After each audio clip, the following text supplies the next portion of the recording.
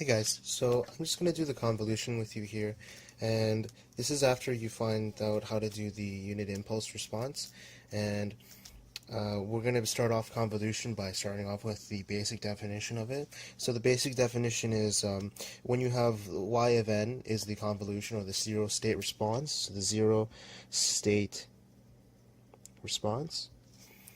Y of n equals to x of 1 convolved with x2 of n, and the definition is a summation from m equals 0 to infinity x of m times x2 of n minus m. Okay, and so when we have this, we need to apply the geometric series accordingly with the summation here. So there's two geometric series you need to know. Pause the video if I'm going too fast and just write this all down and make sure you got this, okay? So the infinite series is when it's from 0 to infinity of a characteristic y, a gamma of n, it equals to 1 over 1 minus gamma, where the magnitude of gamma is less than 1. If it's greater than 1, it doesn't converge. Okay, so if you do in fact get gamma, the magnitude of gamma is greater than 1, then it does not converge, and that's just all you write. It doesn't converge. Okay?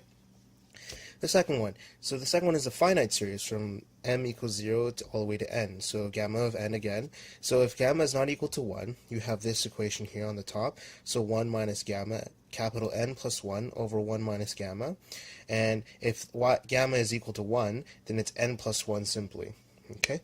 Another property of the convolution that you must remember as well, similarly to continuous time, when you have x of n convolved with a delta function, what you comes out as the exact same thing, x of n.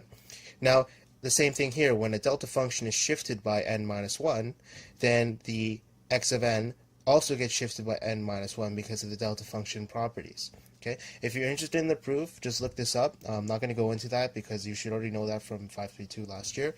It's the same kind of process, but it's a slightly different proof. So if you're interested, go look that up just to expand your mind. Okay, so generally we can say that x of n convolved with a delta function shifted by capital N will become x of n minus capital N, which means the shift of capital N will be on x of n. Okay. So in this question, we're going to do the example y of n minus 1 over 2, y of n minus 1 equals x of n plus 2x of n minus 1. The order of the system is m equals to 1 on the right side, and n equals to 1 on the left side because the maximum shifts are 1 and 1. That's the order, okay?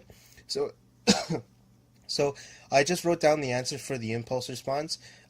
Just check back in the last video in order if you want to find out how to do that. So the final answer using the closed form solution is negative 4 delta of n plus 5 1 over 2 to the power of n unit step function of n. Okay, so the zero state response that we want to find out is y of n, h of n convolved with x of n. Okay, in this case, x of n is given as the input of 1 over 3 to the n, mu of n minus 2. Okay, so y of n is actually going to be the h of n convolved with the mu of n minus 2. Okay.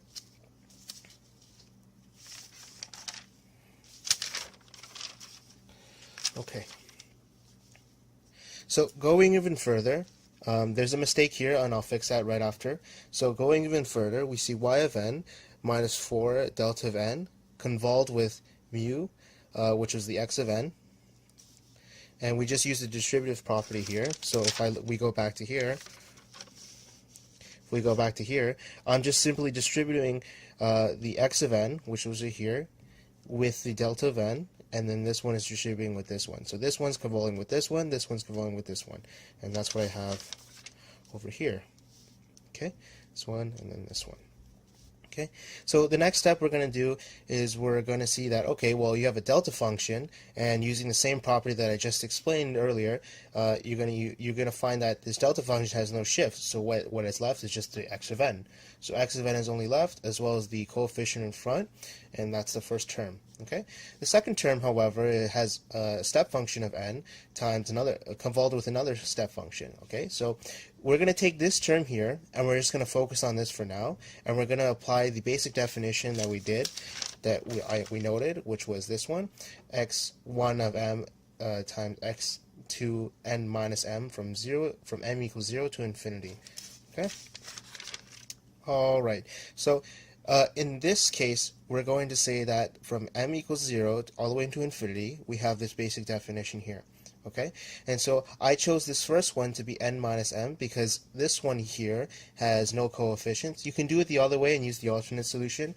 It's the same process, but there's a little bit of tricks you have to do with the boundaries that you set, and I'll teach you exactly what's happening with these boundaries, and so you'll be able to pick up the next alternate solution. Okay, so here we're going to write the general equation, and then we're going to graph it.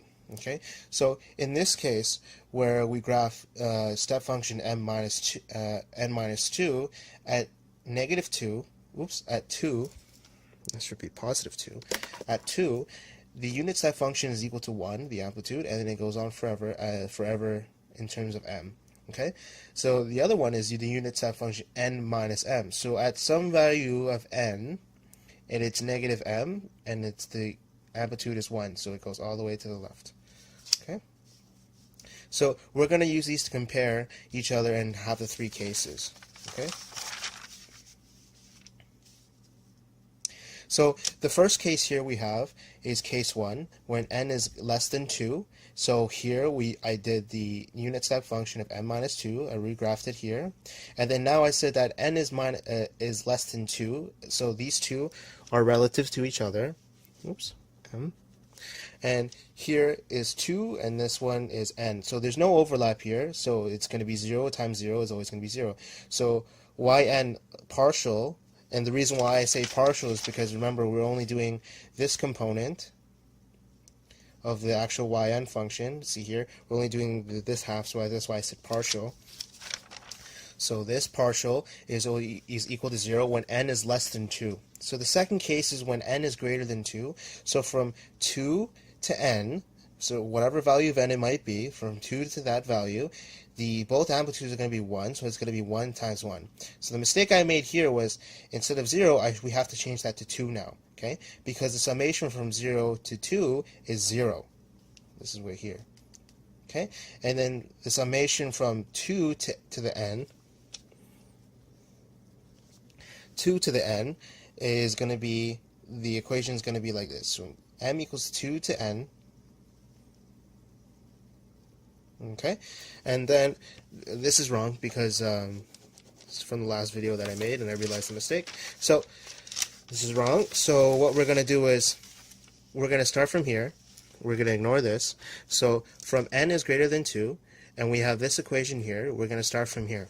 Okay, so y of n,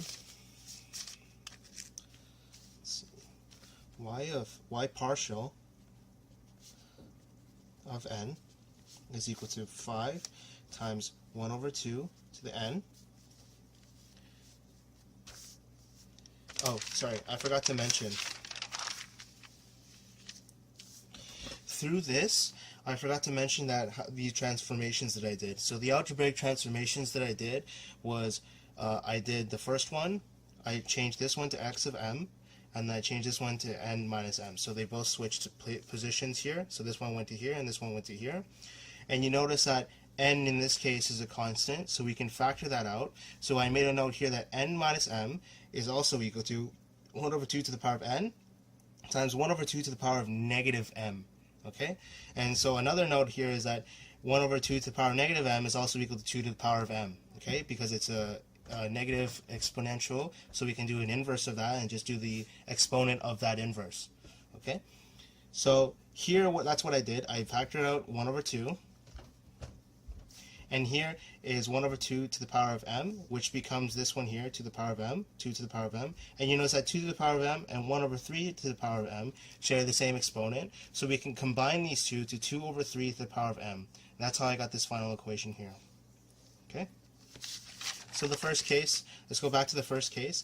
And so the first case was 2 to n, and from 2 to n, the unit step function of m minus 2 and the unit step function of n minus m is also, they're both going to be 1, so this is 1 and 1, and then it's 2 over 3 to the power of m times, then with a summation on it, and then the coefficients in the front. Okay, so remember our geometric series that we had to that we had to use here. And the geometric series is only defined from m equals 0 all the way to n. Okay, so it doesn't have to particularly be m, it's a dummy variable, so we can make it into k, right? So in order to get this m equals 0, we're going to do something else. We're going to state that m equals to 2. So let me just copy this down first to n, 2 over 3 to the power of n. Okay, and so let a number k equal to, let's see, m minus 2.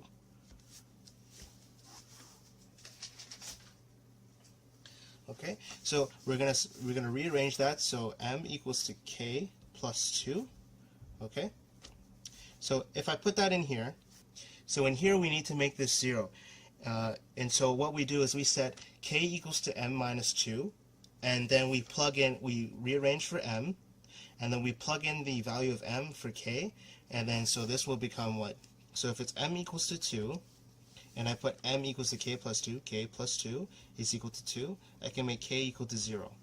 Okay, so essentially what we're doing is we're making some variable equal to m minus 2, and plus we also for the top portion here we need to minus it by 2 as well, because not only are we taking off 2 from m here, we have to keep the range in the exact same range. So if we're shifting down by 2 here, we have to also shift n by down by 2 as well. So y partial after this transformation, well, not transformation, after the substitution of variables, it'll become k equals to 0, n minus 2, 2 over 3 to the power of m. Okay, and the reason why is because, again, I used a variable k, m minus 2, plugged it in, and I shifted it down by 2, so k equals to 0 now, and the corresponding n value on the top has to be also shifted down by 2. Okay, and so now I can apply the geometric series. I can apply the geometric series as well, so which is a finite situation here because it's gamma to the power of n, and it's a finite system. So here it's n minus 2 is the finite. Okay, so this is going to be equal to 5 times 1 over 2 to the power of n, and this is going to become 1 minus 2 over 3 n plus n minus 2. Sorry, n minus 2.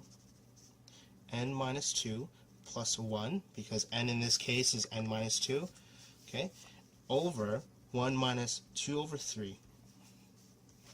Okay, and that should be my answer for the partial. So 5 over 1. Let's clean this up a little bit more. This should be 1 minus 2 over 3 to the power of n minus 1 over 1 minus 2 over 3.